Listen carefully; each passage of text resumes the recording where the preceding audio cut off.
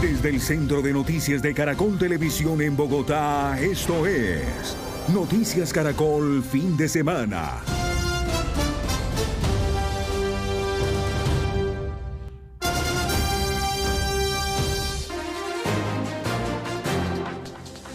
A esta hora es noticia en Bogotá el caos, los enfrentamientos y los disturbios que se vivieron en las últimas horas en la localidad de Usme, barrio La Aurora, esto en el sur de Bogotá. Y es que ustedes van a ver en estos videos cómo quedaron registrados los enfrentamientos entre unidades policiales, estas personas de un conjunto residencial y también uniformados de la unidad antidisturbios. Esto tras una denuncia por un aparente caso de abuso sexual entre menores. La policía afirma que intentó ingresar a este conjunto, que fue agredida y que utilizaron esta patrulla que ustedes van a ver en imágenes para sacar a este menor de edad victimario del caso. Sin embargo, que en ese momento se atravesaron varias personas y ustedes pueden ver también cómo la comunidad denuncia que fueron arrolladas. La policía en este momento dice que hay una persona herida tras este incidente con el vehículo, que también una mujer fue herida por arma traumática y que esto es producto de investigación disciplinaria que se acabó de abrir en este momento. A esta hora en Cali investigan el secuestro de un bus escolar que transportaba más de 20 menores de edad a manos de un hombre que minutos antes habría cometido un asesinato y pretendía huir de las autoridades. El hombre obligó al conductor de esa ruta escolar a llevarlo a otro punto de la ciudad. Las autoridades informaron que ninguna persona resultó lesionada por esa situación. A esta hora es noticia, 2 ataques con explosivos contra la fuerza pública en el departamento de Norte de Santander, al parecer perpetrados por el ELN. En Ragonvalia, una patrulla fue atacada cerca de la Plaza de Toros. 3 uniformados resultaron heridos. El subintendente William Pinto con lesiones en el muslo izquierdo, la patrullera Karen Sánchez con herida en la región occipital y el patrullero Julio Quiñones con afectaciones en la muñeca derecha. Todos ya recibieron atención médica. Según información oficial, los policías adelantaban labores de patrullaje y control cuando fueron sorprendidos por el ataque. Mientras tanto, en Cúcuta, otro artefacto fue activado contra una patrulla en el anillo vial oriental, cerca del puente internacional Francisco de Paula Santander, dejando un vehículo de la policía destruido y un uniformado aturdido, además de varias afectaciones a las viviendas cercanas. A esta hora es noticia los bloqueos viales en el departamento de Santander que ya completan 3 días. Mire, vías como esta que comunican de Bucaramanga a Lebrija se encuentran totalmente bloqueadas. Hay represamiento de vehículos, personas que tienen que incluso bajarse de sus carros y caminar. La Gobernación de Santander confirma que son 10 puntos críticos donde se encuentran estos bloqueos, incluso en corredores viales que comunican hacia Pamplona, hacia la costa atlántica y hacia Barranca Bermeja. Por estos bloqueos también se presentan alertas de posibles cortes en el suministro de gas en municipios como El Páramo Santander, Socorro y Valle de San José. Estas protestas se deben a la actualización del avalúo catastral rural.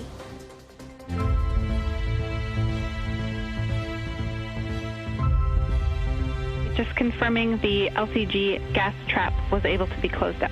Okay, affirmative. Copy.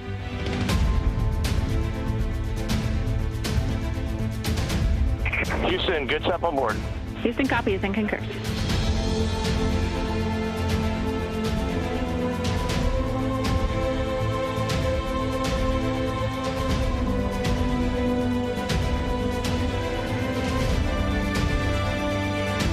Splashdown confirmed.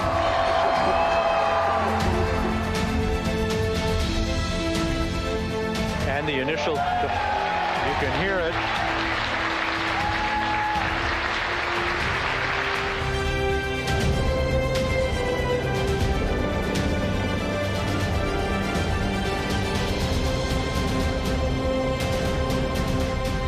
Welcome back. Welcome, welcome home.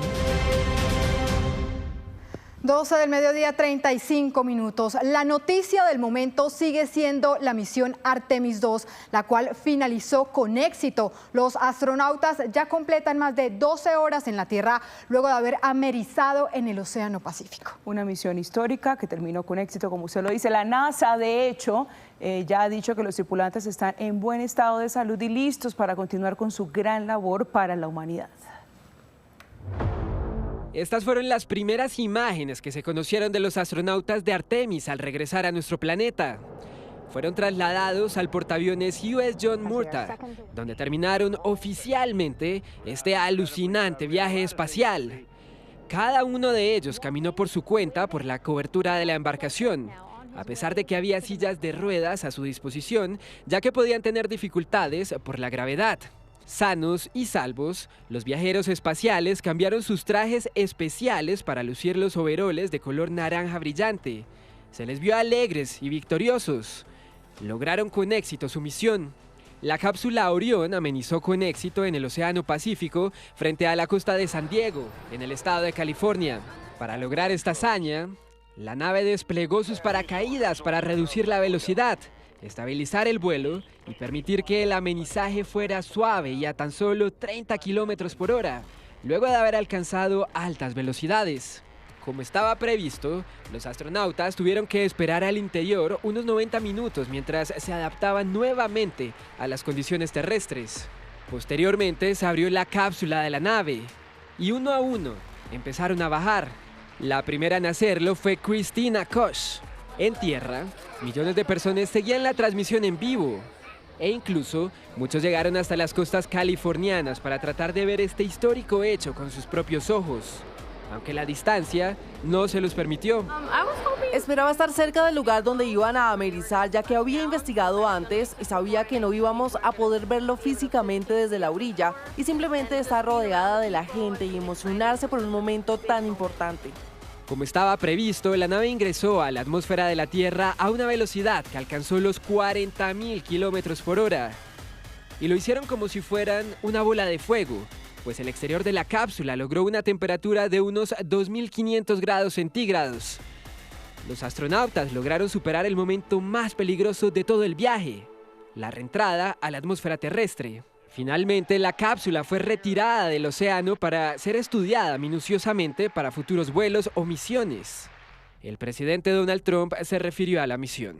Felicitaciones a la magnífica y talentosa tripulación de Artemis 2. Todo el viaje fue espectacular, el aterrizaje fue perfecto y como presidente de los Estados Unidos no podría estar más orgulloso. Durante este sábado, los astronautas son sometidos a diversos exámenes médicos antes de ser llevados de regreso a la sede de la NASA en Houston, donde se espera que ofrezcan nuevos detalles de lo que vivieron en la misión que tuvo al mundo entero expectante durante una semana y media. Y es que esta misión nos deja impresionantes imágenes que han sido compartidas por la NASA a lo largo de todo este viaje espacial. Millones de internautas se vieron fascinados por la vida a bordo de la cápsula Orión. Vamos a hacer toda una recopilación de esos mejores momentos. Esta fue una de las primeras fotografías de la misión. Se ve a los astronautas Christina, Victor, Reid y Jeremy flotando en el espacio. Están acompañados por Rice, la mascota oficial del viaje, y se puede ver la bandera de Estados Unidos y Canadá. Recordemos las nacionalidades de los tripulantes. Además, se observa el poco espacio que tenían a bordo, pues recordemos la cápsula era comparable con el tamaño de 2 furgones de carga. Ahora veamos una segunda imagen.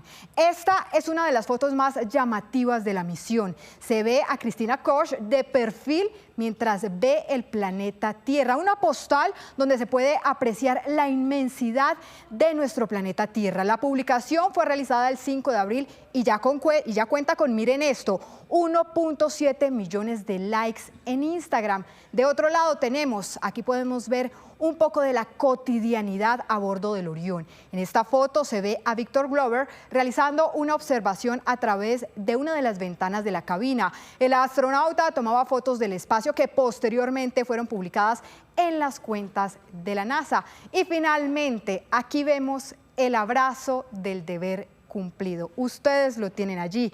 Los 4 astronautas se abrazaron antes de regresar a casa. Es evidente la alegría de Victor Glover por haber cumplido meticulosamente con esta misión. ¿Y qué misión? y es que es tan solo el inicio de un ambicioso plan para la humanidad en el espacio. Más adelante, por supuesto, tendremos otras imágenes. Pero antes queremos contarles que Artemis II sienta una base importante para el futuro de la ciencia y las exploraciones en el espacio profundo. Tras el éxito de esta misión, la NASA pondrá ahora su atención en asegurarse que las condiciones de seguridad están dadas para alunizar. Pero esto no es lo único que la agencia estadounidense tiene proyectado. Sending post-landing command now. Splashdown confirmed. Fue un regreso, aunque arriesgado, impecable a nuestro planeta. Los 4 astronautas de Artemis II no solo marcaron un hito al volver a la Luna tras medio siglo, también abrieron la puerta para develar los misterios que el universo esconde. Lo logramos. Enviamos a 4 personas increíbles a la Luna y las trajimos de vuelta a la Tierra sanas y salvas por primera vez en más de 50 años. La misión fue un éxito rotundo, pero según la NASA, el trabajo que está por realizarse es aún mayor al ya hecho. Creo que esta misión ha sido histórica y ha demostrado nuevas capacidades para la nave espacial Orión, llevando a nuestra tripulación más lejos que cualquier otra que haya ido a la Luna y regresando sana y salva, 252.756 millas. Y eso es una hazaña fantástica. Todavía nos queda mucho por hacer. En su sobrevuelo lunar captaron más de 7.000 tomas de la superficie del satélite y de un eclipse solar. Su viaje nos regaló impresionantes imágenes del amanecer y el atardecer, nuestra galaxia, la puesta de la Tierra y lo que la NASA llama cráteres de impacto. Lo que Victor Glover, Reed Wiseman, Christina Koch y Jeremy Hansen vieron aún les estremece. Documentaron la topografía a lo largo del límite entre el día y la noche lunares. La tripulación también propuso nombres para 2 cráteres, uno de ellos en honor a la esposa fallecida del comandante Wiseman. Perdimos a un ser querido y hay una característica y un lugar realmente interesante en la Luna, y está en el lado cercano, lado oculto, un límite. Y así, en ciertos momentos del tránsito de la Luna alrededor de la Tierra, podremos ver esto desde la Tierra y así pediremos a un ser querido, su nombre era Carol. Fue un momento conmovedor a bordo de la cápsula Orión. Y una vez culminó la misión, la colombiana Liliana Villarreal, directora del amerizaje y recuperación de Artemis II, habló sobre lo que también representa esta misión. Nací en Colombia. Tenía 10 años cuando nos mudamos a Estados Unidos, pero cuando tenía 7 mi familia me llevó al centro de visitantes y ahí fue donde aprendí sobre Apolo. Queremos empoderar a la gente para que sepa que puede hacer esto bien. Si quiere venir y trabajar para la NASA, si lo hice, pueden hacerlo y el programa Artemis va a inspirar a todos. Ahora la atención estará puesta sobre Artemis III, prevista para 2027, y en la que una nueva tripulación se pondrá a prueba y comprobará si las condiciones están dadas para que el ser humano toque la superficie lunar, algo que si todo sale bien ocurriría en 2028 con Artemis IV. La del próximo año será entonces un encuentro en órbita terrestre baja. El planeta atraviesa una era dorada de innovación, con desafíos cada vez más demandantes que buscan descubrimientos científicos y sentar las bases para enviar a los primeros astronautas a Marte. Por lo pronto hoy, los 4 astronautas de Artemis II regresan a Houston y con esta imagen el mundo les dice bienvenidos, bienvenidos de nuevo a casa. Esta histórica misión nos deja imágenes asombrosas, lo hemos dicho, del espacio, muchas de ellas nunca antes vistas por el ser humano. Vamos a hacerles otro recuento y empezamos justamente con una toma de nuestro planeta Tierra con nubes ondulantes y un azul profundo. Fue una de las primeras captadas, es esta primera que ven, captadas por los astronautas a través de la ventana de la nave espacial Orión, una vez completaron la maniobra de inyección translunar. Luego la segunda fotografía que ven en nuestro wall es esta que están viendo y muestra el sol saliendo por el borde izquierdo de la Luna, poniendo fin a un eclipse solar que duró casi una hora el pasado 6 de abril. La jornada clave, por supuesto. Los astronautas terminaron su sobrevuelo ese día antes de prepararse para el viaje de regreso. La tercera imagen es una panorámica del satélite natural con los bordes de los cráteres a lo largo del límite entre el día y la noche lunares.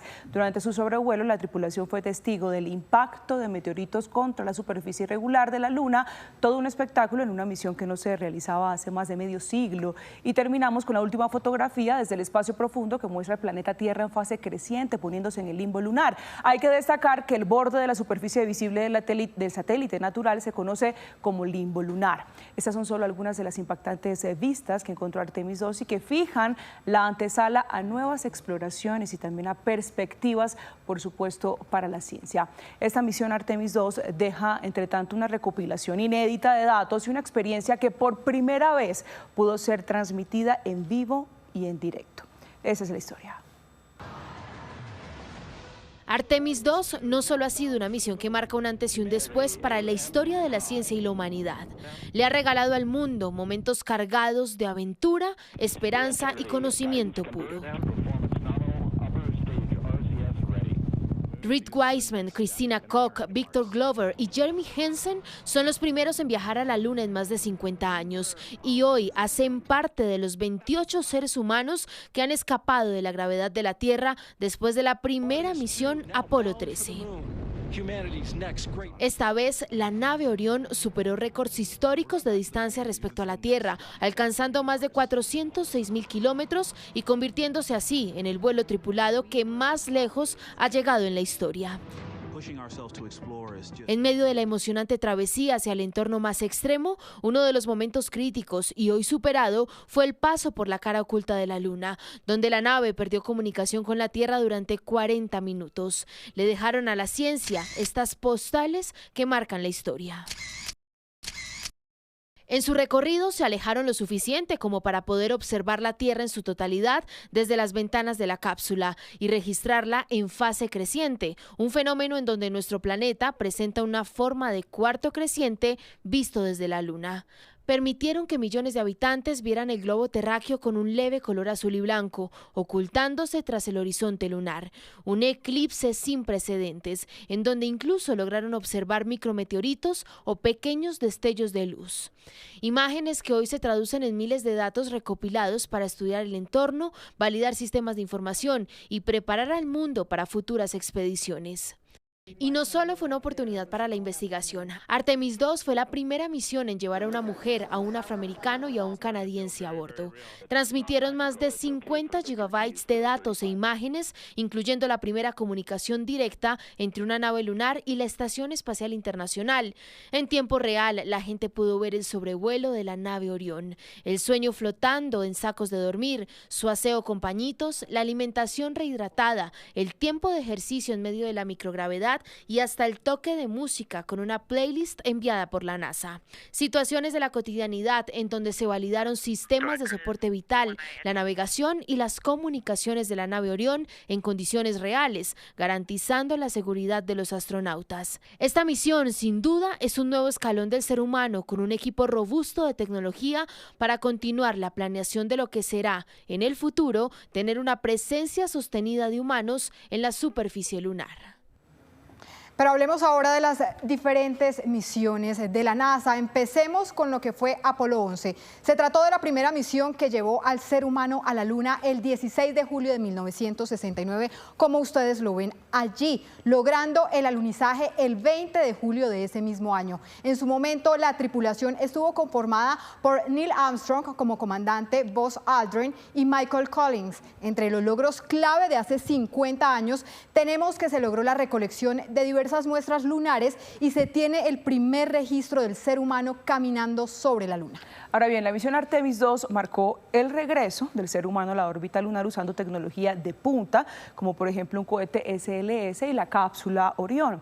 Mientras Apolo fue una carrera directa al alunizaje con computadoras básicas, Artemis 2 prueba sistemas para presencia sostenible sin pisar la superficie, enfocándose en seguridad, en comunicaciones láser y nuevas generaciones de astronautas. El objetivo principal de esta misión es probar sistemas para futuras misiones de alunizaje como Artemis 3. Y finalmente hablemos de lo que sería la misión a Marte 2030, pues la NASA planea enviar humanos a Marte en la década del 2030, una futura exploración que podría revelar evidencia de vida, resolviendo uno de los misterios fundamentales del cosmos. La NASA ha informado que pretende enviar una misión robótica para capturar un asteroide y redirigirlo a la órbita de la Luna. Las misiones humanas a Marte dependerán de Orión y de una versión mejorada del sistema de lanzamiento espacial, que será el vehículo de lanzamiento más potente jamás utilizado.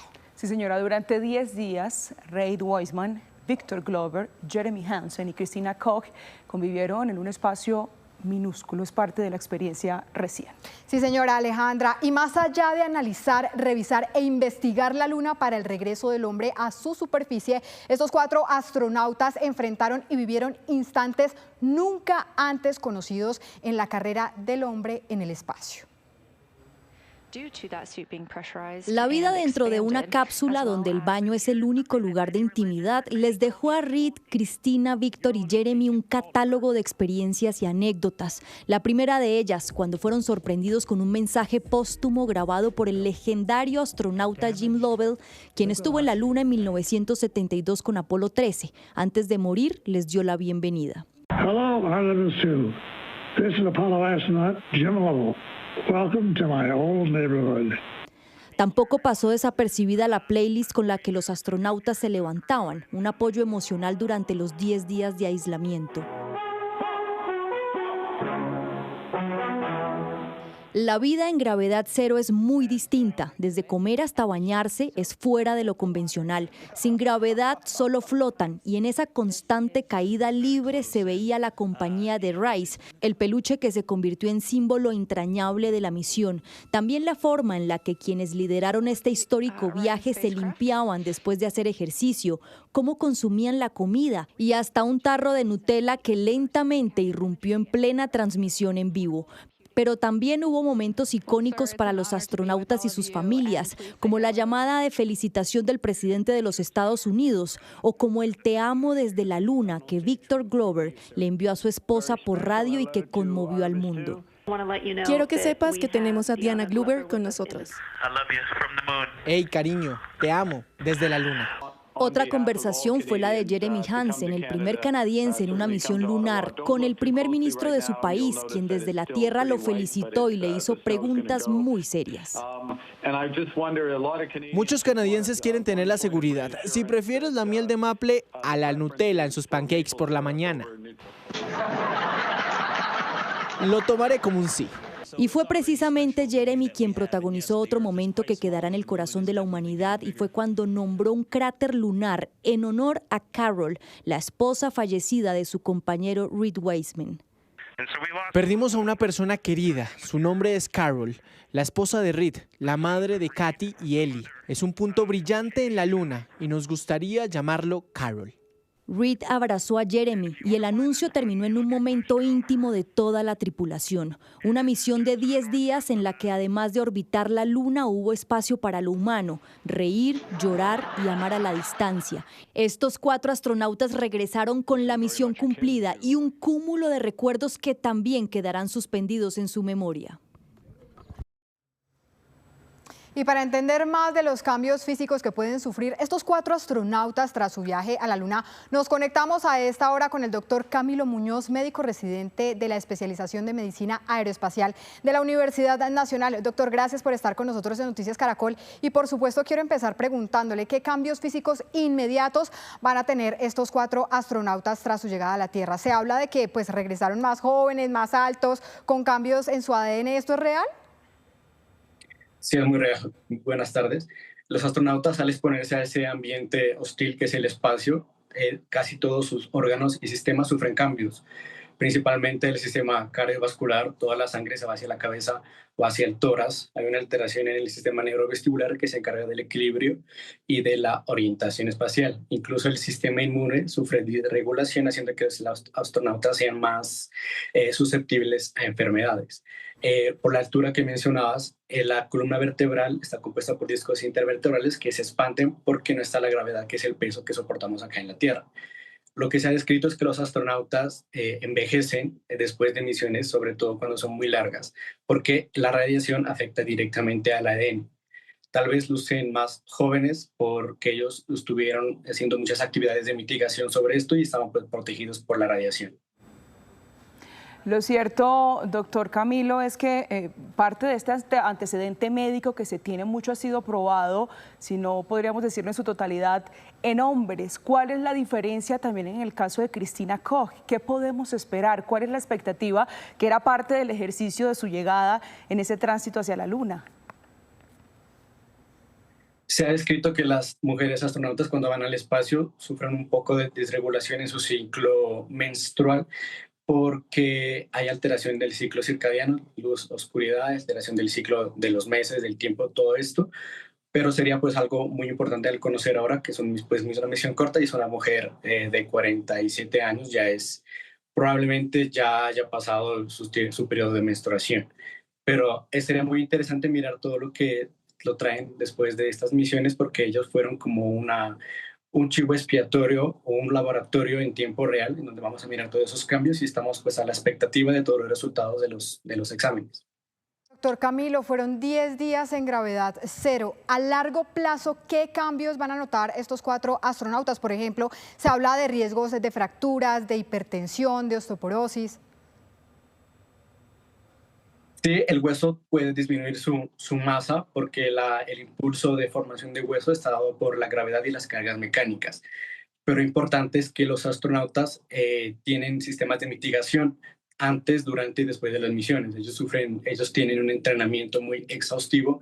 Incluso miramos como la Estación Espacial Internacional, incluso en la nave Orión, ellos tienen dispositivos avanzados para que ayude a mejorar su fuerza muscular y tratar de mitigar esa pérdida de masa ósea que presenta en la gravedad. Esa información clave, doctor Camilo, que nos entrega. Gracias por el análisis precisamente para las misiones que se vienen y que se están proyectando para los próximos años. Muchas gracias. 12 del día, 57 minutos. Seguimos hablando de esa exitosa misión Artemis 2 que deja varias dudas para los usuarios y televidentes que estuvieron muy conectados con esta exploración espacial. En Noticias Caracol en Vivo, un astrónomo que estuvo en el despegue de la misión resolvió algunas de esas dudas. ¿Cómo la nave Orión y los astronautas resistieron las altísimas temperaturas en el ingreso a la Tierra? Bueno, esta parte es de las más críticas de la misión porque les toca hacer como hacen los meteoros cuando se queman en la atmósfera, entrar y quemarse. Pueden llegar a más de 2000 grados de temperatura, que es casi temperatura lava, y la cápsula Orión tiene unos escudos térmicos. Esos escudos protegen a los astronautas de adentro y va funcionando como si fuera una cebolla que va expulsando sus capas. Hay una parte de la cápsula, en la parte inferior, que a medida que absorbe el calor, suelta una especie de pequeña capa y quedan unos gases que van enfriando la entrada. Es decir, la temperatura dentro de la cápsula, obvio, sube un poco, pero nunca los astronautas están en riesgo. Pues este ha sido los desarrollos más increíbles que se han logrado en la industria aeroespacial en general. Contrapregunta sobre esto específicamente. A las afueras pueden estar a 2800 grados Celsius y adentro están a 22 grados. Podrían estar a una temperatura totalmente fresca. Muy bien, Mauricio. Vamos con la segunda pregunta. Ahí la tenemos. ¿Qué es amerizar? Amerizar, una palabra que se utilizó muchísimo por estos días. No tiene un contexto técnico, simplemente es la diferencia entre aterrizar en tierra y aterrizar en mar. Cuando aterrizamos en tierra le llamamos aterrizaje y cuando llegamos al mar le llamamos amerizaje. Simplemente una terminología para distinguir. ¿Por qué orbitaron la Luna y no pisaron su superficie? Hay una diferencia del contexto entre la época de Apolo y la época de Artemis. En este caso, la misión Apolo sí pretendía únicamente llegar a la Luna, clavar la bandera, hacer un par de experimentos sencillos y devolverse. No se tenía ningún tipo de tecnología remotamente cercana para poder crear una presencia sostenida en la Luna. Artemis ya, como todo el programa, sí quiere establecer ya bases lunares, ya con miras a Marte en unos cuantos años, tal vez menos de una década. Entonces, no es lo mismo, pudieron haberlo hecho, pero no hay una razón técnica y científica de someter a esos astronautas a ese riesgo si todavía no va a iniciar esta construcción de esta base. Entonces simplemente fue para probar los nuevos sistemas que son muy diferentes a la época de Apolo, ver que todo funcione perfecto y siempre recordar que ahí van personas y su seguridad es lo primero. Y es que la misión Artemis no es solamente un hito para la exploración espacial y científica, es también una competencia entre las potencias mundiales en su carrera espacial.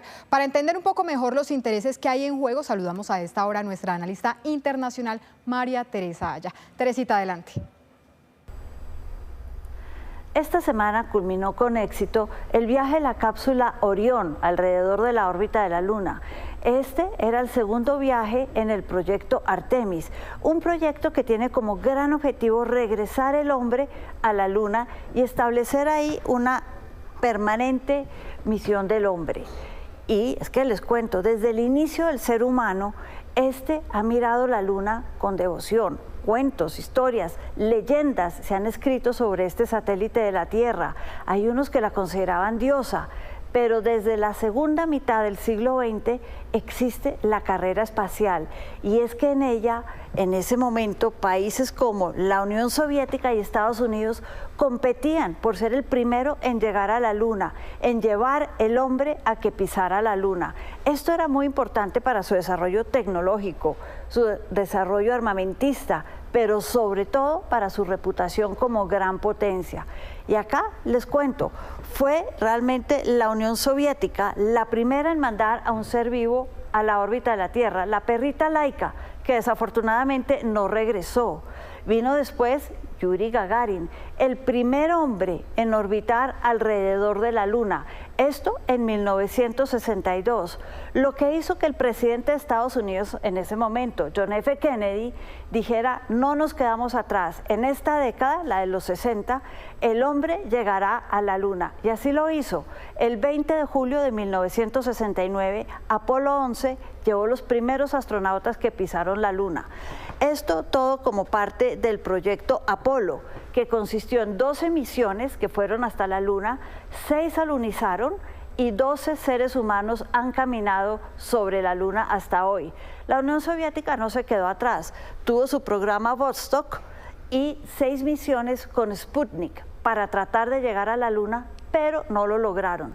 Al proyecto Apolo le siguieron los transbordadores, que en más de 100 misiones fueron clave para llevar a la órbita de la Tierra numerosos satélites y, en compañía con la Unión Soviética y después Rusia, construir la Estación Espacial Internacional, donde desde el año 2000 hay una presencia continua del hombre. Hoy hay 7 astronautas en esa estación espacial, una de ellas una mujer francesa. Pero los chinos no se quedan atrás y los chinos también tienen su estación espacial hoy en día, se llama Tiangong, y ahí hay hoy 3 personas, 3 astronautas. Es decir, hoy hay 10 seres humanos orbitando la Tierra en 2 estaciones espaciales. Y es que los chinos han entrado ahora a esta carrera espacial. Desde el 2007 han hecho 9 misiones a la Luna, han recogido muestras del suelo lunar, también de Marte, y están compitiendo con Estados Unidos por ser el primero en establecer una presencia continua y a mediano y largo plazo del ser humano en la Luna. Una competencia entre potencias, la Unión Soviética, Estados Unidos siglo XX, China, Estados Unidos hoy. Noticia en desarrollo en Noticias Caracol. En Usme, sur de Bogotá, un procedimiento policial en un conjunto residencial terminó en disturbios. Según las autoridades, todo comenzó por la denuncia de un presunto caso de abuso sexual entre menores y un intento de linchamiento. La intervención generó enfrentamientos con la comunidad, dejando varias personas heridas y una investigación en curso. Lo que empezó como un procedimiento policial terminó en disturbios en el barrio La Aurora, en la localidad de Usme, sur de Bogotá. Desde los edificios cercanos se registraban los enfrentamientos, mientras la policía intentaba ingresar a este conjunto residencial y un grupo de personas lo impedía con piedras y otros elementos. El origen: un llamado por un presunto caso de abuso sexual de un menor de edad a un niño. Una familia se resguardaba dentro de su vivienda porque aproximadamente más de 150 personas querían entrar de forma violenta a tomar justicia por su propia mano, manifestando una señora, la cual hoy no aparece, manifestando que su hijo había sido víctima de otro menor, el cual había generado un abuso sexual. Las calles se llenaron de personas, bloqueando los accesos y aumentando la tensión en este sector. En la portería la situación se concentró. Según la policía, varias personas intentaban agredir al menor señalado, presuntamente por tocamientos a un niño. El momento de sacarlo y de conducirlo desde la vivienda de él hasta el carro de la policía, hasta la patrulla policial, lamentablemente alcanzan a herirlo, alcanzan a propinarle 3 heridas por arma cortopulsante. De hecho, hoy el joven, el menor, se encuentra recluido en un hospital, ahora entró a cirugía por las heridas. La llegada de la unidad antidisturbios marcó un punto de quiebre, con palos, conos y otros elementos. Algunos vecinos se enfrentaron a los uniformados. Se escucharon detonaciones y hubo uso de gases, mientras la policía intentaba recuperar el control. Por defender un presunto abusador sexual, que pues obviamente es un menor. En medio de este procedimiento, el menor señalado de este presunto abuso fue retirado del lugar en esta patrulla. Según la policía, varias personas intentaron impedir la salida de este vehículo. La comunidad denunció que algunas personas habrían sido arrolladas. Al momento que la persona, el menor, los suben los policías al vehículo que lo va a desplazar, muchas personas, como se ve en los videos, trataron de impedirlo, golpearon a los policías y de forma inmediata la patrulla se coloca en movimiento, y es cuando desafortunadamente una de las personas que quería agredir a los uniformados y al menor, la patrulla, sin darse cuenta, lo arrastra un par de metros. En estos hechos también resultó herida una mujer con arma traumática en medio de esta aglomeración.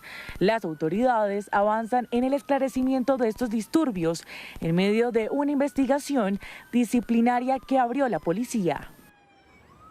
Y momentos de pánico se vivieron en el sur de Cali luego de que un hombre armado retuviera una ruta escolar con varios estudiantes a bordo. Según las autoridades, esto luego de cometer un homicidio, por lo que investigan lo ocurrido. La situación se presentó en el sector de La Buitrera, sur de la ciudad de Cali, donde el sujeto abordó el vehículo en medio de la emergencia y bajo amenazas mantuvo a los menores dentro del bus, generando escenas de angustia, llanto y desespero entre los estudiantes. La niña tiene 10 años y en la ruta van otros niños que viven en la misma unidad. Pues los niños, en medio de su pánico y de su miedo, algunos decían que efectivamente les había apuntado, pero otra niña lloraba sin parar. Esta mañana la niña no quería venir a sus actividades que tiene extracurriculares, anoche lloró. Para ellos es muy complicado. Nosotros como padres de familia lo que pedimos es que no se metan con nuestros hijos.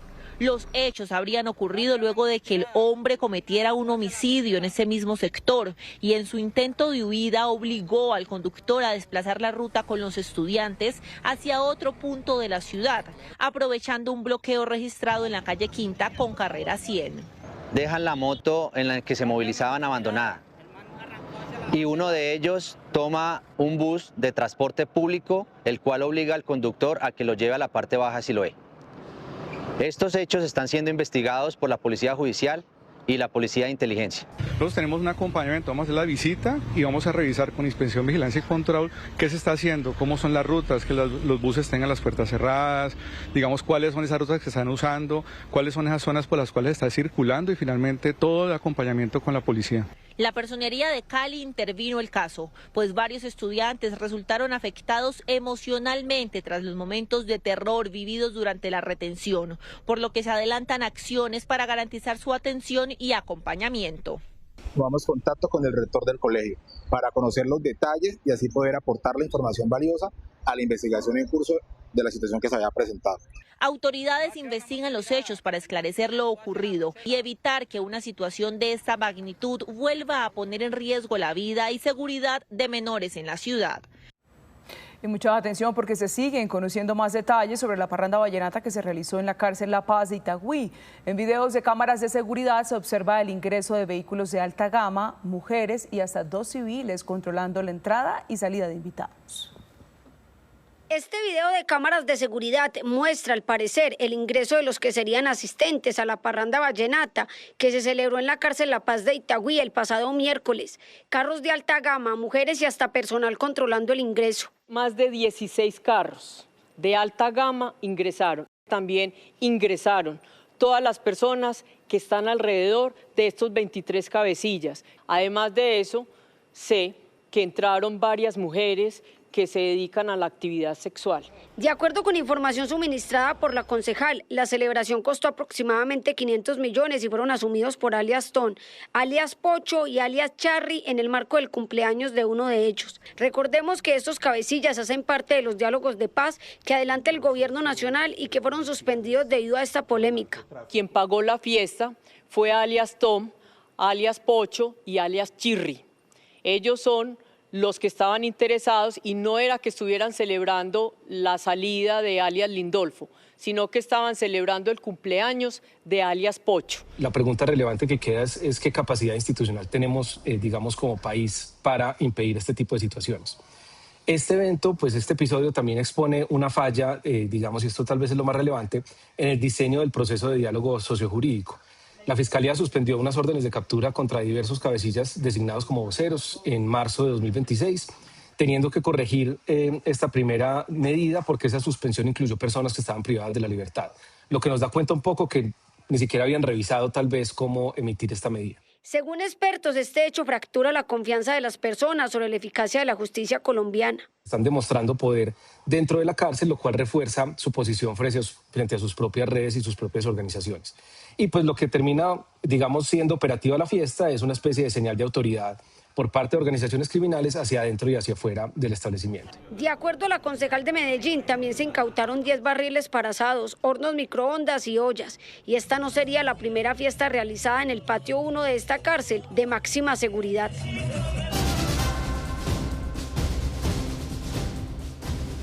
En Santander ya se completan 3 días de bloqueos en las vías de este departamento y del norte de Santander. Los manifestantes aseguran que las protestas se dan por el incremento del avalúo catastral. Iniciamos con Pilar Mejía. Pilar, ¿dónde se encuentra y cuéntanos cuál es la situación? Así es, buenas tardes. Pues mire, me encuentro en la vía que comunica de Bucaramanga hacia Lebrija. Esta es la situación a esta hora. Hay más de 500 vehículos represados, entre esos sobre todo vehículos de carga pesada que llevan alimentos y también alimento para aves. Es importante resaltar que son más de 50 millones de aves que están en riesgo porque no tienen alimento en Lebrija, según comunicó el alcalde de esta ciudad. Importante resaltar, en el departamento de Santander en este momento hay bloqueos en 7 municipios, en 10 puntos críticos, corredores viales que comunican de Bucaramanga hacia Pamplona, hay bloqueos a la altura de Tona, hay bloqueos también en la vía que comunica de Bucaramanga hacia la costa, de Bucaramanga hacia Barranca Bermeja. Estas son algunas de las situaciones que se presentan. A través de algunos comunicados, algunas empresas han alertado también situaciones críticas que se pueden presentar en el departamento de Santander, así como cortes en el suministro de gas y también alzas en precios de algunos productos. Los bloqueos en Santander no solo tiene a los conductores en aprietos. ¿De San Gil hacia arriba hay bloqueos? Entre San Gil y el Socorro. 6.500 familias del Socorro, Valle de San José y Páramo tienen alerta por posible corte de gas domiciliario. Y la preocupación no solo es por cocinar, también está el que no le alcance la plata para el mercado. Hay de todo menos plata. No, todo está carísimo. Todo se ha subido un promedio de 100.000 pesos. El tomate, papa criolla, cebolla y fresa son los productos que más han subido en las plazas de mercado de Bucaramanga. Algunos productos como las lechugas, churcas, lechugas batavias, pepino europeo, brócoli hoy no se consiguió. Esos son algunos productos que no están llegando.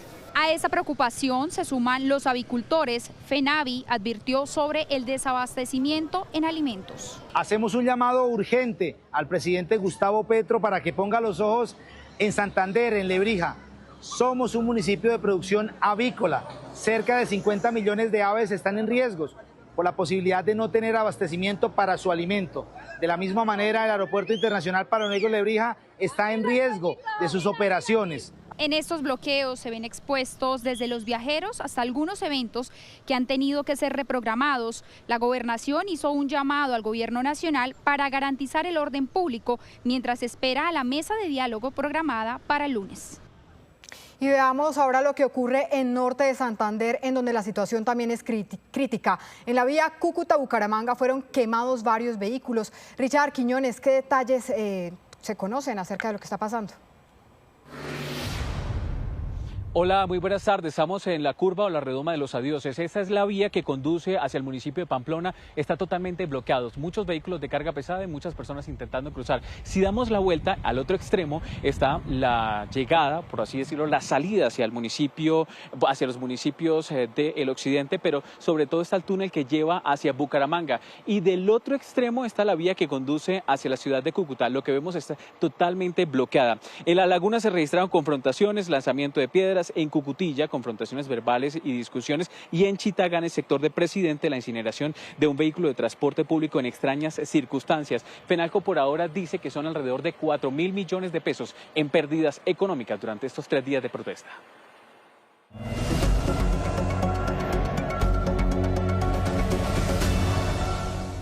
1:16 p.m, momento para activar el radar de la política fin de semana, y lo hacemos hablando de los partidos cristianos y eventuales respaldos para las presidenciales. Como se sabe, Colombia Justa Libres apoyará a Abelardo de la Espriella, pero la pregunta que surge, la vemos acá, ¿qué camino tomará el partido Mira? Pues bien, lo que hemos sabido es que esa colectividad se mantendrá firme en su tradición de cantar su apoyo en segunda vuelta y no en primera. Una fuente nos cuenta que han tenido charlas informales, y ojo a esto, informales, no formales, con 2 aspirantes, y que el mensaje que han dado directivos de la colectividad a ambos aspirantes es que por ahora no tomarán una decisión. Incluso no ha habido hasta ahora una reunión de bancada. De otro lado hablamos de Iván Cepeda, quien estuvo en las últimas horas en la ciudad de Bucaramanga. Desde esa zona del país habló de sus propuestas contra la corrupción y además se refirió a la polémica de la cárcel de Itagüí. El candidato presidencial fue consultado por reporteros sobre el episodio de la parranda vallenata que tuvieron los cabecillas de bandas criminales en la cárcel de Itagüí, en Antioquia. Cepeda aseguró que se trata de un tema que deben investigar las autoridades. Escuchemos. No, yo creo que eso lo deben tratar las autoridades de las cárceles, por supuesto, pero de mí no esperen declaraciones contra la paz en el... De otro lado, la expectativa también está por el camino que tomen los partidos o políticos tradicionales frente a las presidenciales. En algunas colectividades las posturas internas están encontradas. Según analistas, los votos que puedan sumar las colectividades podrían definir quién llegue a la Casa de Nariño. A menos de 2 meses de la primera vuelta presidencial, son varios los partidos políticos que empiezan a definir sus apoyos a los candidatos. En varios de ellos, lo que es el partido de la U, Cambio Radical, y el Partido Conservador, hay algo claro, y es el no apoyo al candidato Iván Cepeda, a pesar de que en el Partido Liberal, en la U, e incluso en el Partido Conservador hay senadores y representantes que acompañarían a Iván Cepeda. La máquina tiene un porcentaje importante, sobre todo cuando las elecciones son tan apretadas. Mire usted que Gustavo Petro aprendió esa lección en el 2018 cuando pierde con Iván Duque, y en el 2022 se trae a Roy Barreras, Armando Benedetti y a todas las estructuras políticas, y al final él gana por 700.000 votos. Sin embargo, partidos como el Verde han demostrado una división interna por parte de sus congresistas. Hay quienes ya han anunciado su adhesión a Iván Cepeda, mientras que otros se apartan por completo del candidato del pacto histórico. Estar del lado del establecimiento que perpetuó la violencia, la corrupción, la desigualdad, no es una opción para el Partido Verde. Así que, escisión, sí.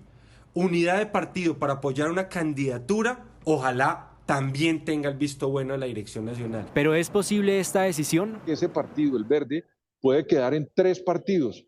Los que están con Carlos Ramón González, los otros que se dividieron y que no están con Carlos Ramón González, y otro que es el que plantea el señor Duvalier, que uno no sabe con quién estén. Si no se logra la decisión, que en todo caso tiene unos trámites y unos requisitos legales que serían difíciles de cumplir, de aquí a la primera vuelta e incluso a la segunda vuelta presidencial, ocurriría lo que ha ocurrido tradicionalmente con el Partido Verde, y es que dejan en libertad a su militancia. ¿Y qué podría pasar con los denominados disidentes de los partidos políticos? La opción que tendrían esos disidentes dentro de los partidos políticos, en caso de que el partido se declare en oposición y ellos hayan de manera individual manifestado un apoyo individual al gobierno y el partido esté en oposición, ellos deberían declararse, no podrían votar. Se espera que este lunes 13 de abril se reúna el Partido Verde para definir apoyos. En la misma semana se esperan nuevas reuniones por parte de los conservadores, liberales, de la U y Cambio Radical para hacer lo propio.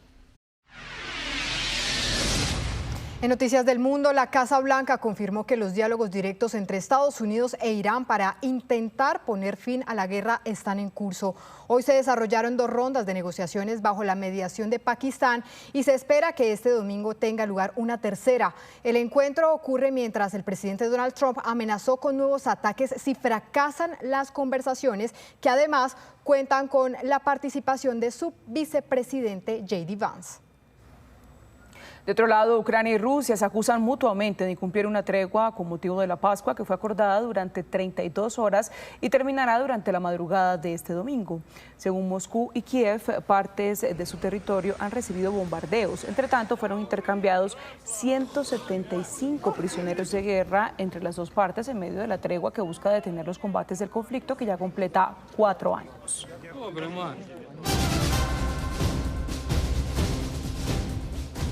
1:31 p.m. En otras noticias de Colombia, la Supersalud anunció que la nueva EPS tiene un nuevo agente interventor. Se trata del exalcalde de Cali y médico Jorge Iván Ospina. Sin embargo, no hay claridad sobre el futuro de la entidad, mientras más clínicas y hospitales cierran sus servicios a los usuarios de la entidad. Con esta carta, el Hospital Alma Mater de Antioquia informó que suspendió servicios para usuarios de la nueva EPS, pues la entidad no cumplió con los acuerdos y le debe más de 53.000 millones de pesos, lo que ha afectado seriamente su funcionamiento. A tal punto de cancelar 485 servicios ambulatorios agendados, remitir a 223 pacientes hospitalizados que se encontraban en la institución y suspender atención a pacientes crónicos, entre otras decisiones. Sin embargo, no fue el único centro médico en Medellín que cerró sus puertas a los usuarios. La clínica Cardiovid informó que de forma temporal suspendió servicios a pacientes de la entidad, también por el incumplimiento en los pagos. Esta situación preocupa a las IPS, clínicas y hospitales, pues la no prestación de servicios para pacientes de la EPS podría volverse aún más frecuente. Hoy la realidad que tenemos las red prestadora es una EPS que no reconoce el reconocimiento y pago, que no está pagando, y por eso es el cierre de servicios a la nueva EPS. Pero, ¿qué pasará con la nueva EPS? Su intervención finalizó el pasado 3 de abril de 2026 tras cumplirse un año de prórroga. Sin embargo, por medio de su cuenta de X, la superintendente de salud ad hoc para la nueva EPS confirmó el nombramiento del exalcalde de Cali, Jorge Iván Ospina, como nuevo agente interventor. Pues es un llamado de urgencia para que el gobierno nacional informe cuál es la verdadera situación y el plan que se tiene para esta entidad que, repito, es el principal asegurador y responsable de la salud de más de 11 millones de personas. La llegada de un nuevo interventor a la nueva EPS no deja ninguna claridad, porque ninguno de los que ha llegado ha logrado solucionar el problema. Yo creo que el problema de la nueva EPS es estructural, llegue quien llegue de interventor. La superintendente ad hoc resaltó que la intervención a la nueva EPS debe seguir garantizando la salud como un derecho fundamental, sin aclarar cuál será el futuro de la entidad. Expertos coinciden en que la falta de información financiera de la EPS deja vacíos para decisiones futuras. Oficialmente no se sabe cuál es el estado financiero de la nueva EPS. Pues entonces uno no sabe si si le pueden levantar la medida de intervención, porque pues no se sabe si está cumpliendo. Y si no es así, entonces, ¿qué es lo que quieren hacer? Entre tanto, la Contraloría General inició una actuación de policía judicial en la nueva EPS y en la Superintendencia Nacional de Salud. Porque a hoy no tenemos aún un reporte oficial de los estados financieros de la entidad. Seguimos con este pendiente. y la Procuraduría pidió a la Supersalud pronunciarse frente a la medida de intervención, precisando si a la fecha la EPS mantiene las causales de intervención y cómo quedará su administración. En entrevista con Ricardo Ospina, director del Servicio Informativo de Blue Radio, Germán Ávila, ministro de Hacienda, le bajó el tono a la discusión con el Banco de la República. Además, habló de la nueva reforma tributaria que llevará el Gobierno Nacional al Congreso. A continuación, algunos apartes del diálogo. Ministro, quiero comenzar hablando de la coyuntura, de los hechos más recientes. ¿Cuál es su opinión de la decisión de la Corte Constitucional que hundió la emergencia económica que decretó el gobierno del presidente Gustavo Petro en diciembre del año pasado? Bueno, la decisión de la Corte es continuación de una decisión previa que ya había tomado en el sentido de suspender los efectos de la primera emergencia económica. Va en contravía de un esfuerzo que ha insistido el gobierno que hay que trabajar, que es en el sentido de lograr mejorar los ingresos tributarios del país para atender los desequilibrios fiscales que hemos tenido. Realmente esta decisión conduce a lo que el presidente ha señalado en el sentido de que las iniciativas que allí estaban planteadas vamos a tramitarlas a través del Congreso y vamos a presentar próximamente en el Congreso una propuesta de reforma tributaria para que se inicie el debate en el Congreso sobre las medidas que allí estaban contenidas. Ministro, ¿de cuánto va a ser el monto que busca recaudar el gobierno a través de esa nueva reforma tributaria que van a presentar ante el Congreso? ¿Y cuándo la piensan presentar? La ley de financiamiento que presentamos para ajustar el presupuesto de 2026 tenía un monto de 16 billones de pesos. Y creemos que es en este orden en el cual debe ser presentada la propuesta de reforma tributaria que atienda las necesidades de financiación fiscal que tiene el gobierno y el Estado colombiano para el año 2026. ¿Ya tienen fecha definida para la presentación de ese proyecto de reforma tributaria, de nueva tributaria al Congreso? En los próximos días va a ser presentado. Claro, pero el presidente dice que si se vuelve a hundir, el gobierno va a insistir en una declaratoria de emergencia económica. ¿No estaríamos hablando de los mismos hechos? Depende de las circunstancias en las cuales se presenten y la sustentación con la cual se trabaje la eventual emergencia económica. Estamos acumulando una serie de factores que suman dos grandes impactos. El primero es que sucesivamente al gobierno del presidente Petro le ha sido negada dos reformas tributarias, una de ellas se redujo sensiblemente a través de la interpretación de la Corte Constitucional, una segunda reforma fue negada, una ley de financiamiento también fue negada, y esto ha venido abriendo una brecha fiscal en el país muy significativa, reduciendo y contrayendo los ingresos tributarios en una proporción que superan las necesidades de ejecución de los proyectos sociales y de los proyectos de plan de desarrollo. Ministro, el presidente Petro este jueves desde Quibdó decía a propósito del fallo de la Corte que venía recorte de gastos, pero dice que no hacia los más pobres, sino de gastos de transferencias del Estado hacia los más ricos. ¿A qué se refieren? ¿Qué están pensando? ¿Cuál es la consecuencia? Hay una recurrencia en el sentido, en la publicidad que se realiza, en el sentido de que el gobierno debe recortar los gastos. Efectivamente, el gobierno ha hecho unos esfuerzos inmensos de control del gasto público. Realmente en los últimos 6 años estamos teniendo un nivel de gasto equivalente al que teníamos al inicio de este ciclo. Y hay una evidencia contundente en el sentido de que el gobierno ha hecho un esfuerzo de control del gasto público. Sin embargo, cuando hoy se le niegan los ingresos tributarios a las finanzas públicas y nos conducen a pensar en una contracción del gasto, no lo vamos a hacer sobre los programas sociales, sobre los proyectos que están atendiendo a las poblaciones más desfavorecidas, a los sectores de más bajos ingresos, y seguramente tendremos que explorar los recursos que invierte la nación en materia de algunos proyectos que seguramente van a tener que ser revisados en cuanto a la priorización que actualmente se hace de la ejecución del gasto público. Sí, ministro, antes de preguntarle de esto, de lo que pasó hace una semana y fue el retiro suyo de la Junta Directiva del Banco de la República, le pregunto algo para quienes no entendemos, no somos expertos economistas. ¿Por qué al gobierno le parece malo el aumento en 100 puntos básicos de las tasas de interés por 2 meses consecutivos por parte del Banco de la República? Ya estamos en 11,25%. ¿Y no le parece tan malo endeudarse en deuda pública, las deudas, los papeles que está vendiendo el gobierno colombiano a una tasa del 14%? Lo primero es que la inconveniencia de elevar las tasas de interés tiene que ver, en primer lugar, con lo que estaba expresando hace un momento y que tiene que ver con los impactos sobre el crecimiento económico, los impactos sobre el empleo y los impactos sobre el costo de la deuda pública. La pregunta del millón, ¿usted va a asistir a la próxima Junta Directiva del Banco de la República? No, estamos haciendo una conversación a nivel nacional sobre estos temas.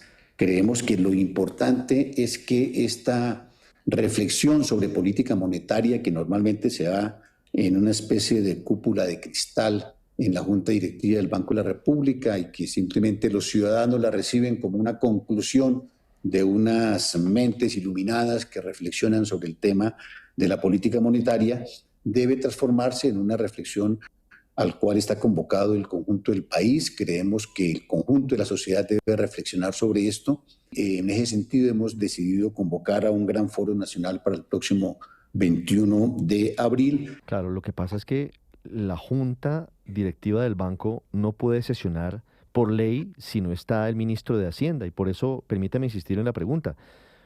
¿Usted va a ir a esa junta? Vamos a estar en conversaciones con el Banco de la República. Obviamente hay que hacer una coordinación entre el Gobierno Nacional y el Banco de la República en materia de las políticas económicas y creemos que esa reflexión va a ser muy útil en los próximos días. ¿Pero usted se va a reunir con el gerente del banco o con la Junta del Banco?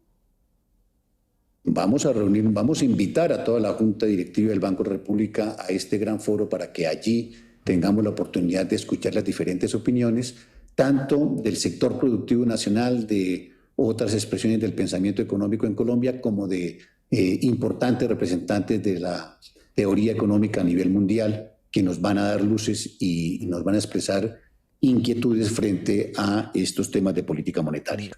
Ministro, pero al final una decisión como la que usted tomó la semana pasada no termina yendo en contra de la Constitución, en contra de la independencia del banco y del principio de separación de poderes.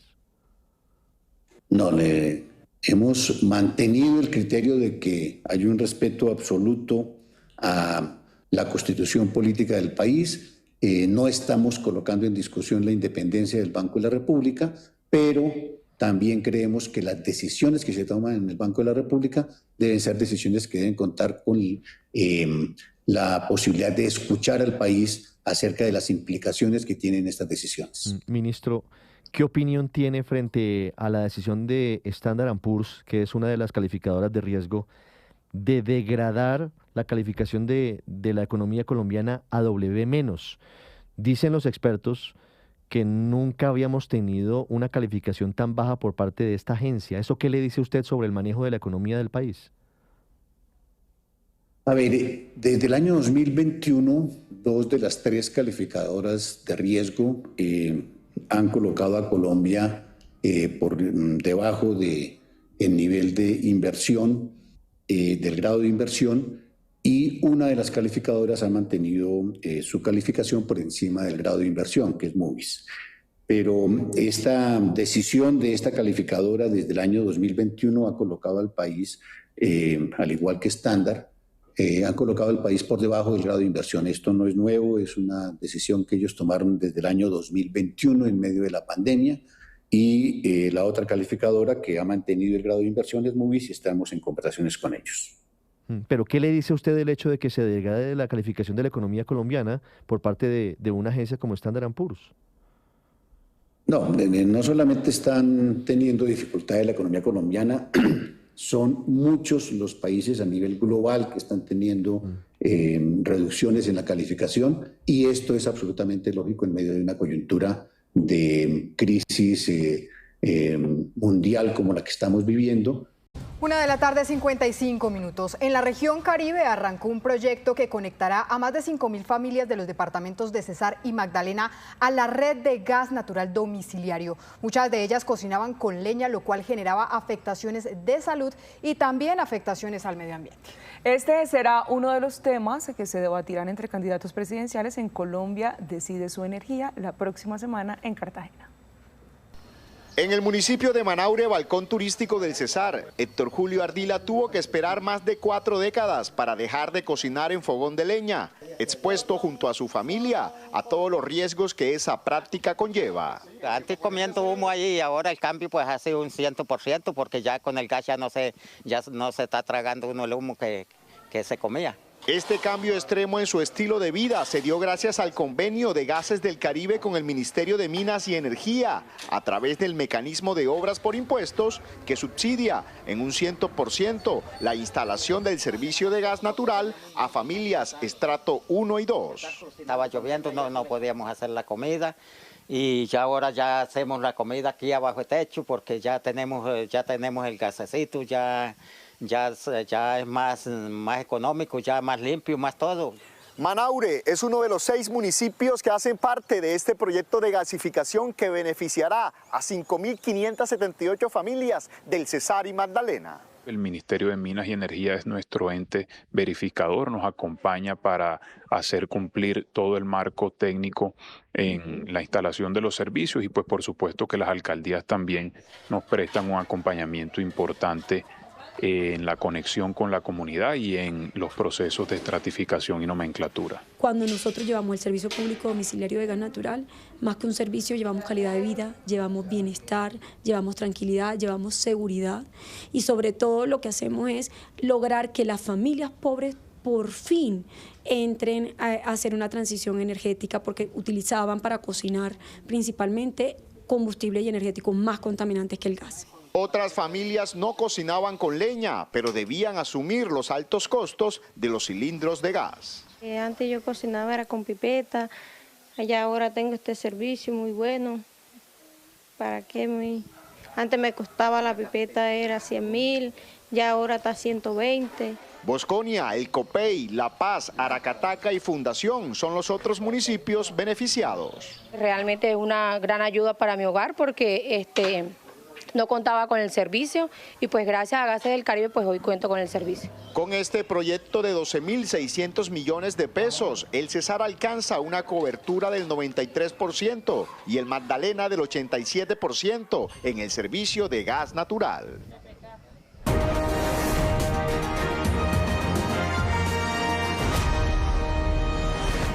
1:58 p.m. En Noticias Caracol seguimos hablando con los candidatos presidenciales sobre sus propuestas y también sobre la visión que tienen del país. Hoy el turno es para Miguel Uribe Londoño, a quien le damos la bienvenida a Noticias Caracol. Gracias por estar con nosotros. Gracias, buenas tardes. Me da mucho gusto estar con ustedes y les deseo lo mejor a la audiencia. La saludo con aprecio y con el respeto de siempre. Gracias. Sí, señor. Doctor Londoño, entremos en materia inmediatamente. Quiero comenzar preguntándole por sus movidas recientes, lo que está haciendo en este momento. Lo hemos marcado, está en Estados Unidos. Sabemos justamente de ese viaje a Washington. ¿Cuál es su objetivo allá? Mira, yo he estado muy preocupado desde el día... Hoy se cumplen 8 meses de la muerte de Miguel.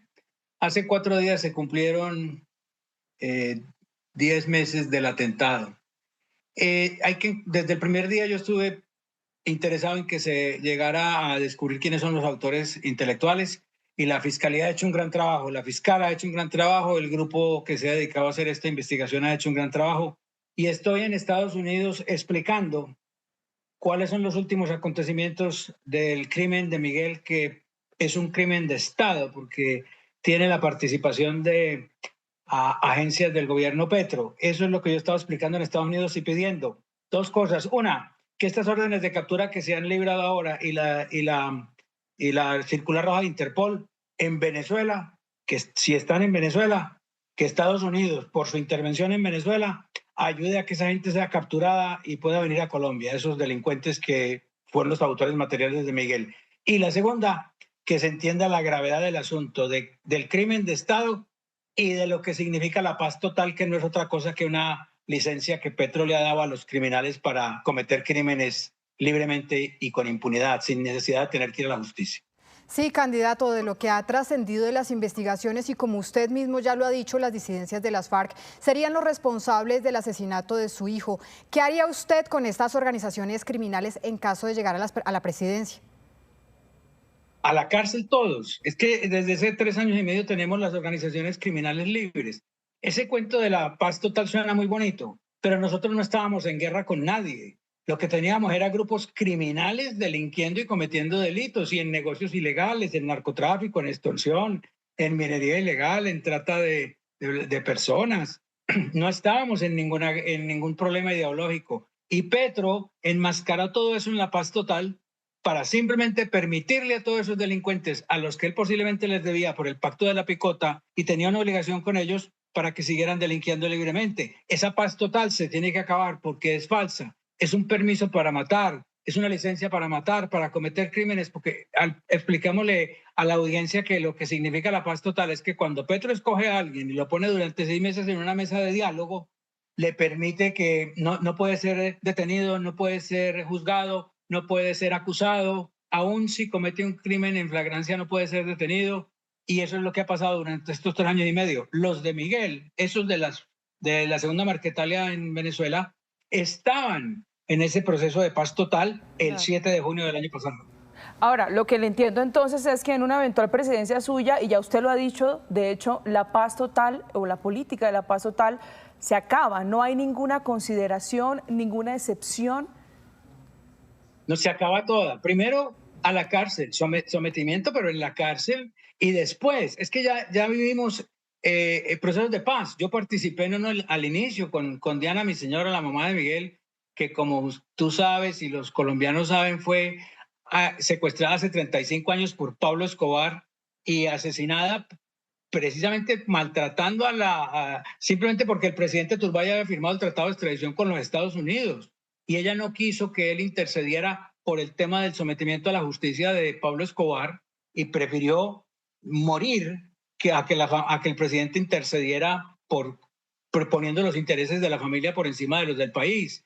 Eso ya lo vivimos y el M-19 se hace un proceso de poniendo las armas y dejando de cometer crímenes. Lo que no se puede hacer es un supuesto diálogo en que el grupo X, Y o Z siga cometiendo los crímenes y siga armado, porque no hay ninguna voluntad. O sea, eso tiene un procedimiento. Entonces, el 7 de agosto, lo que es la paz total, se acaba toda. Todos esas mesas de diálogo y esa capacidad para delinquir se acaba y todos otra vez a ser detenidos, llevados ante la justicia, y de ahí para adelante se empieza a mirar quién tiene verdaderamente un deseo de hacer un acuerdo con la justicia, porque no se puede quedar en impunidad. Somos millones de víctimas en Colombia que no hemos sido protegidos, porque inclusive la Justicia Especial para la Paz ayuda a los delincuentes, pero no a las víctimas. Mira, hay uno de los de Miguel, el alias Yaco, que todavía sigue protegido por la Justicia Especial y a estas alturas no le han quitado los beneficios. Sí, señor candidato, esto de un lado, pero de otro lado es innegable que Colombia vive momentos de alta polarización. ¿Qué se puede hacer desde su perspectiva para crear consensos? Hay que dialogar, pero hay que dialogar en qué nos ponemos de acuerdo. El diálogo existe. Entonces, un lado, si es una parte o son 2 partes o son 3 partes, se ponen las líneas rojas y se empieza a ver en qué el sistema de negociaciones, en qué nos podemos poner de acuerdo, en qué estamos en desacuerdo y cómo hacemos para llegar a un punto de acuerdo, sin estar de acuerdo, por decirlo, por hacer énfasis en eso, pero que nos beneficie a todos en el objetivo que queramos. ¿Qué objetivo queremos? ¿Democracia? ¿Queremos libertad? ¿Queremos empresa privada? ¿Queremos seguridad? Esas son las cosas que tenemos que determinar primero, porque en este momento pareciera que estamos en un lado los que estamos muy lejos y muy distantes del candidato de Petro, que sigue queriendo paz total, sigue queriendo que se acabe la propiedad privada, sigue queriendo una serie de condiciones que estamos alejados. Pero en el momento que queramos, nos sentamos a dialogar entre las partes y seguramente vamos a poder encontrar un acuerdo. Yo soy capaz de eso, yo soy capaz de sentarme y de encontrar acuerdos con cualquiera que me tenga que sentar. Además, porque yo no tengo antecedentes, yo no tengo problemas hacia atrás, yo no tengo peleas con nadie, porque como yo no soy político, yo soy un hombre independiente que viene de afuera, yo lo que soy es un empresario, y quien debía estar dialogando aquí con ustedes hoy es mi infortunado Miguel Uribe Turbay, mi hijo, por quien yo estoy llevando estas banderas, pero el terrorismo nos lo quitó. Sí, señor, una situación que lamentó y lamentamos, por supuesto, en todo el país. Quisiera preguntarle, hablando de consensos, de diálogos, de alianzas, ¿cómo ha avanzado usted en ese ámbito? ¿Con quién se ha sentado? ¿Con quién se ha tomado un café? ¿Con quién lo está proyectando? ¿O con quién retomó diálogos, por ejemplo? Mira, yo estoy hablando con los ciudadanos común y corriente, aquí y con los medios de comunicación en muchos lugares de Colombia, y aquí he tenido una gira muy exitosa esta semana en los medios más importantes de Estados Unidos, inclusive medios en inglés. Yo diálogo con las personas en cada ciudad. Yo no tengo apoyos políticos de partidos políticos, porque como no me ven con posibilidades de ganar, entonces no vienen donde mí, pero no se necesitan. La alianza mía es con arreglar los problemas de los colombianos. El líder tiene que arreglar los problemas de los colombianos. Un líder arregla los problemas de sus ciudadanos. Y eso es lo que yo estoy dispuesto a hacer. Sé hacerlo, soy empresario, sé cómo se hace, también soy economista. Tengo particular interés en que se arregle el problema del bolsillo de los colombianos, que están en esa situación tan grave. Más de la mitad de los colombianos tienen problemas graves económicos, se acuestan, hay un montón de colombianos, el 30%, que se acuestan solamente con 2 comidas. Miguel quería acabar con eso en 4 años. Los que están por debajo de la línea de pobreza, que son otro 30%. Yo estoy pensando en eso todos los días. Tengo amistades, tengo amigos que me llaman, que me están apoyando, pero yo no estoy especialmente haciendo alianzas con nadie. Yo estoy simplemente pensando, aquí estoy yo, quiero hacer lo que Miguel quería. Su causa era Colombia, él dio la vida por Colombia. Muy bien, candidato, pues muchísimas gracias por estar con nosotros aquí en Noticias Caracol. Es Miguel Uribe Londoño, ex senador, economista. Gracias por esta conversación. ¿Les puedo hacer una pregunta? Claro. ¿Cuál es Catalina y cuál es Alejandra? Yo soy Catalina y mi compañera es Alejandra. No las pude llamar por su nombre, como yo acostumbro, porque yo soy así, sencillo y tranquilo, porque no me dio pena preguntar al arranque y me quedé sin saber hasta este momento quién era Catalina y cuál Alejandra. Muchísimas gracias, muchísimas gracias. Es un gusto haber dialogado con ustedes. A esta hora es noticia el duro golpe propinado por las fuerzas militares y la Policía Nacional contra la estructura delincuencial de alias Naín en Uribia, La Guajira. 9 presuntos integrantes de su anillo de seguridad fueron abatidos en medio de la operación conjunta. Según las autoridades, esta acción debilitó esta organización criminal. Avanzan los operativos para capturar a alias Naín. A esta hora en Noticias en Santa Marta, la audiencia de imputación de cargo que se realizará hoy en contra de Wisin 40, uno de los 3 hombres más buscados del departamento del Magdalena, teniendo en cuenta que está sindicado de homicidio, concierto para delinquir, porte ilegal de armas de fuego y narcotráfico. Según las autoridades, Wisin 40 era uno de los hombres importantes en el núcleo central del Ejército Gaitanista de Colombia, mejor conocido como Clan del Golfo, e incluso era la mano derecha del máximo líder de este grupo delincuencial, con operaciones delictivas en el departamento del Magdalena, así como en la Sierra Nevada de Santa Marta. Recordemos que alias Wisin 40 fue detenido en los últimos días en el corregimiento de Cordovita, en el norte de este departamento.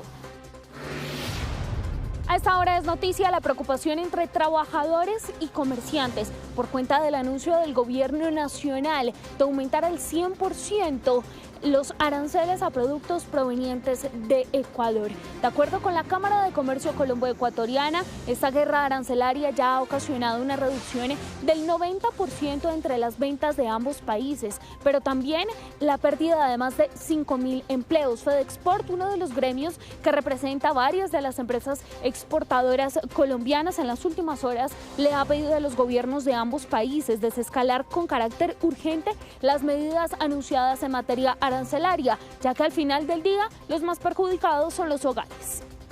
María Fernanda, gracias. Y ahora veamos qué tendremos esta tarde en Noticias Caracol en vivo, nuestra señal digital. Pablo Arango, hola.